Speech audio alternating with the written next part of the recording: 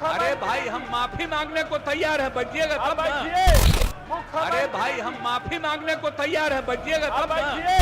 पुरुष है वो तो रोज रात में जो सदिया होता है उसके साथ करता है ना। फ्रॉम सुशासन बाबू नाउ टू बेकाबू बाबू।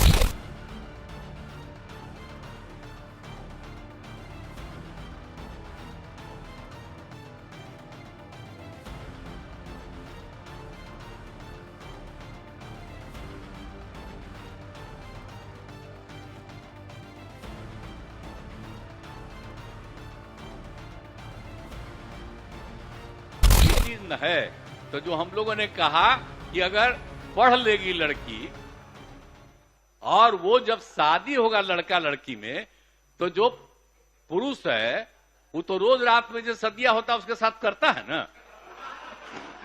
तो उसी में और पैदा हो जाता है। और लड़की पढ़ लेती है तो हमको मालूम था कि वो करेगा ठीक है, लेकिन अंतिम में भीतर मत घुसाओ, उसको बाहर कर दो। करता तो है तो उसी में आप समझ लीजिए संख्या घट रही है।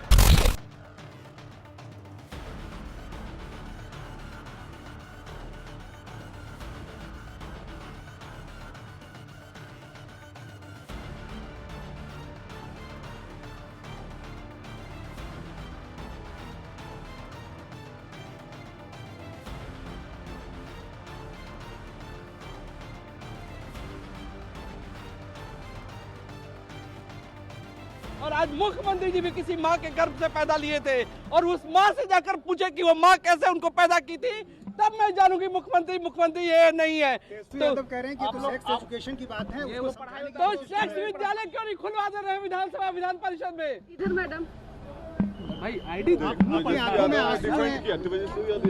ये कोई विषय है कि आप सेक्स विद्यालय चलाएंगे हाउस में? महिला बहनें हैं उनको संसार करने का काम किया। उन्होंने मेमोरी लॉस सीएम की बात कही थी, क्या ये सार्थक है? ये पूरी तरह सार्थक है। आप देख रहे हैं नीतीश जी की जो स्थिति है, ये बीमार हैं और भारत का संविधान ये कहता है कि जो व्यक्ति बीमार हो उसको गद्दी पर बने रहने का कोई अधिकार नहीं। तो ऐसी भाषा नहीं रहती। हम तो वही कह रहे हैं कि ये दुर्भाग्यपूर्ण है, कोई न कोई गलत मेडिसिन देने का काम कर रहा है। और ये शब्द बोल रहा है जब इधर से बोला गया था से आपने जनगणना पर बोलिए, और नीतीश कुमार जी मुख्यमंत्री जी ऐसा शब्द बोला है, आप लोग भी सुने हैं, सभी लोग सुने हैं।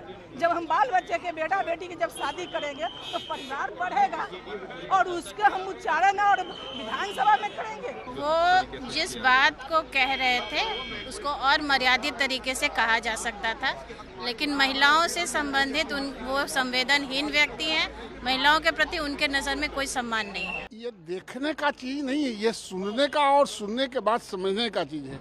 मुख्यमंत्री जी को बीमारी ग्रस्त हो गए हैं, मेंटल लेवल डिमेंशिया एक बीमारी होती है।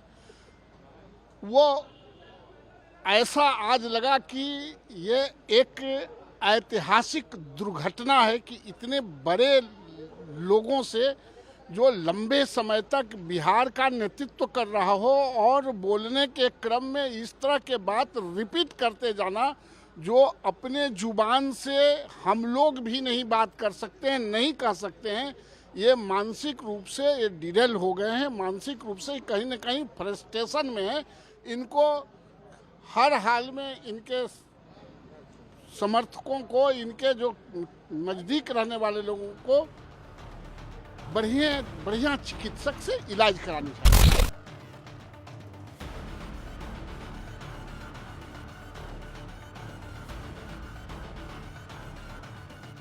एक बात बता दे, इसका कोई अगर कोई गलत मतलब निकालता है तो ये गलत बात है। एक तरह से जो भी मुख्यमंत्री जी का बयान आया जो सेक्स एजुकेशन के बारे में, और जब भी सेक्स एजुकेशन की बात की जाती है तो इसकी लोग जो है शर्माते हैं, हिचकते हैं, तो उससे लोगों को बचना चाहिए। तो स्कूलों में पढ़ाई होती है भाई, साइंस बायोलॉजी ये तो स्कूलों में पढ़ाई होती है, बच्चे पढ़ते हैं भाई।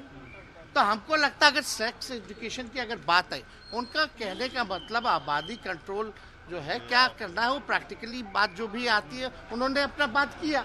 तो इससे लोगों को गलत तरीका में नहीं लेना चाहिए, एतराज नहीं लेना, but it should be more taken as a sex education.